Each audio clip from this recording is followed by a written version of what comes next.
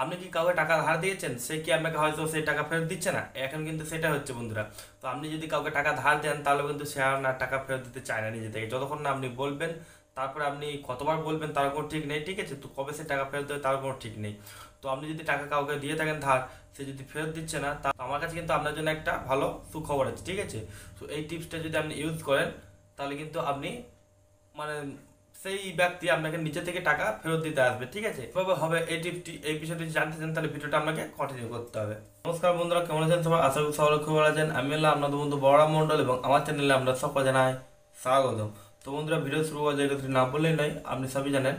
তো বন্ধুরা, এই ভিডিওতে যদি আপনি আমার চ্যানেলে নতুন হয়ে থাকেন, নিশ্চয়ই সাবস্ক্রাইব বাটনটি প্রেস করে অল সেট করবেন, তাহলে পেয়ে যাবেন নতুন ভিডিও আপডেটগুলো সবার আগে।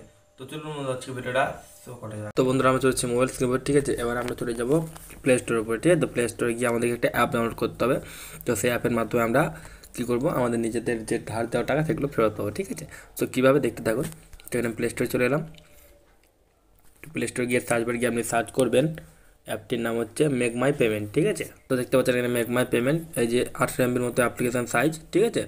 তো এটা আপনি ডাউনলোড করে নেবেন, ঠিক আছে। এটা অনেকে তো জানেন না, ঠিক আছে, শুধুমাত্র 1 লাখ+ ডাউনলোডস আছে। তো এই অ্যাপটা একটা সিক্রেট অ্যাপ বলতে পারেন।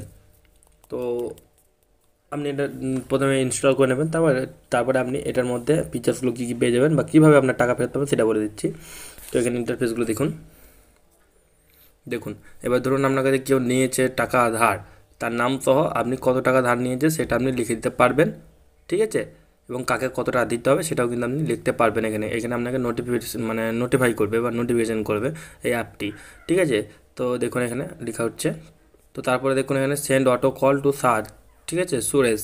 তো এখানে একটা নাম দেওয়া আছে, ঠিক আছে। তো অটো কল এটা আপনি যদি অন করে দেন তাহলে কী হবে, আপনার যে টাকা নিয়েছে সে যদি টাকা না দেয়, ঠিক আছে, ডেট একটা দেওয়া থাকবে বা ডেট সেট করে রাখবেন।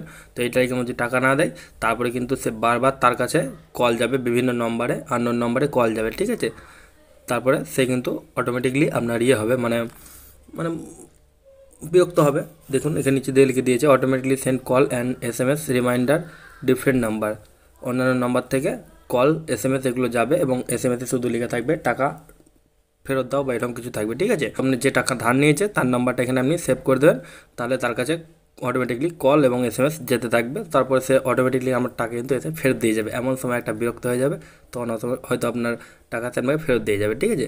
তো আরও ইন্টারফেস আছে দেখুন, শিডিউল রিমাইন্ডার কলস অ্যান্ড প্রায়োরিটিস, ঠিক আছে।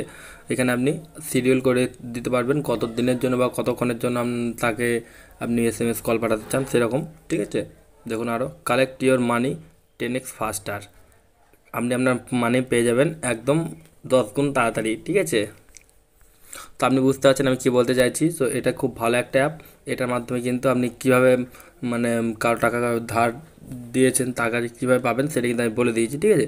তো অবশ্যই কিন্তু এটা মন দিয়ে একবার শুনবেন ভিডিওটা বা মন দিয়ে দেখবেন, তাহলে কিন্তু বুঝতে পারবেন এবং আপনিও ট্রাই করবেন অবশ্যই, যদি কেউ কাউকে আপনি ধার দিয়ে থাকেন। তো এই ভিডিওটি আপনাদের কেমন লাগছে অবশ্যই কিন্তু একটা কমেন্ট করে জানাতে হবে এবং যাওয়ার আগে ভিডিওটা একটি লাইক করে দেবেন এবং আপনার বন্ধুর সাথে শেয়ার করে দেবেন যাতে তারা সমস্ত ভিডিওগুলো সবাই পেতে পারে।